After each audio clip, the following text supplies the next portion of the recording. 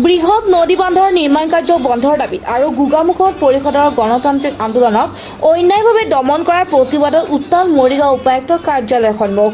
দেশৰ প্ৰধানমন্ত্ৰীৰ স্মাৰক মৰিগাঁও জাতীয়তাবাদী যুৱ ছাত্ৰ পৰিষদৰ যোৱাকালি অসম জাতীয়তাবাদী যুৱ ছাত্ৰ পৰিষদ মৰিগাঁও জিলা সমিতিৰ উদ্যোগত বৃহৎ নদী বান্ধৰ নিৰ্মাণ কাৰ্য বন্ধ কৰাৰ দাবী আৰু গোগামুখত পৰিষদৰ গণতান্ত্ৰিক আন্দোলনক অন্যায়ভাৱে দমন কৰাৰ প্ৰতিবাদত মৰিগাঁও জিলা উপায়ুক্তৰ কাৰ্যালয়ৰ সন্মুখত ধৰ্ণা কাৰ্যসূচী ৰূপায়ণ কৰি উপায়ুক্তৰ জৰিয়তে দেশৰ প্ৰধানমন্ত্ৰীলৈ স্মাৰক পত্ৰ প্ৰেৰণ কৰে। সংগঠনটোৰ জিলা সমিতিৰ ভাৰপ্ৰাপ্ত সভাপতি জ্যোতিময় গোস্বামী আৰু সাধাৰণ সম্পাদক মিৰ্জা আৰিফ আলমৰ নেতৃত্বত ৰূপায়িত হোৱা ধৰ্ণা কাৰ্যসূচী সংগঠনটোৰ প্ৰায় 1 শতাধিক প্ৰতিবাদকাৰীয়ে অংশগ্ৰহণ কৰে।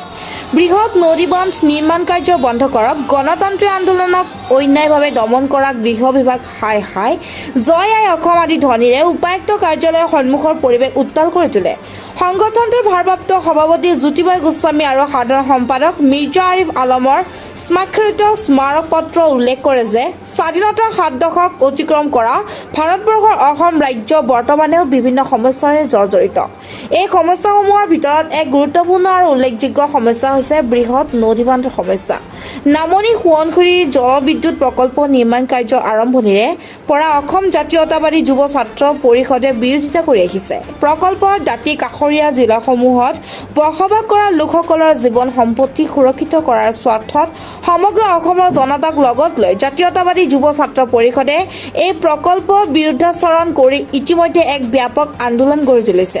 আজিও চৰকাৰে এই প্ৰকল্প নিৰ্মাণ কাৰ্যৰ বিৰোধিতাৰে মৰিগাঁও জিলা উপায়ুক্তৰ কাৰ্যালয়ৰ সন্মুখত অৱস্থান কৰি ধৰ্ণা দি উপায়ুক্তৰ জৰিয়তে নামনি সোৱণশিৰি জলবিদ্যুৎ প্ৰকল্প নিৰ্মাণ কাৰ্য বন্ধ কৰাৰ দাবীত স্মাৰক পত্ৰ প্ৰেৰণ কৰে। লগতে উল্লেখ্য যে গণতান্ত্ৰিক পন্থাৰে চৰকাৰে নিৰ্বাচিত এক ৰাষ্ট্ৰত জনসাধাৰণে নিজৰ প্ৰাপ্য অধিকাৰ সাব্যস্ত কৰাটো মৌলিক অধিকাৰ।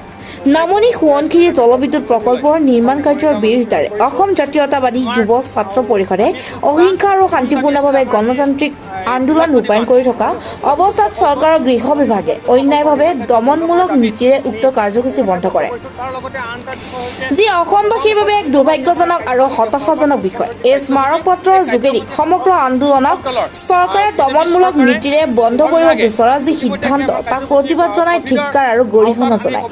মৰিগাঁৱৰ পৰা প্ৰশান্ত মেধিৰ ৰিপৰ্ট, SI নিউজ 24। গণতান্ত্ৰিকভাৱে তেওঁলোকে যি বন্ধ কৰিছে, দমনমূলক নীতি যি বন্ধ কৰিছে, অন্যায়ভাৱে যি বন্ধ কৰিছে, সেই আমাৰ কাৰ্যসূচী সেই কাৰ্যসূচী বন্ধ কৰাৰ কাৰণে আমি চৰকাৰক ধিক্কাৰ দিছোঁ, আমি গৰিহণা দিছোঁ।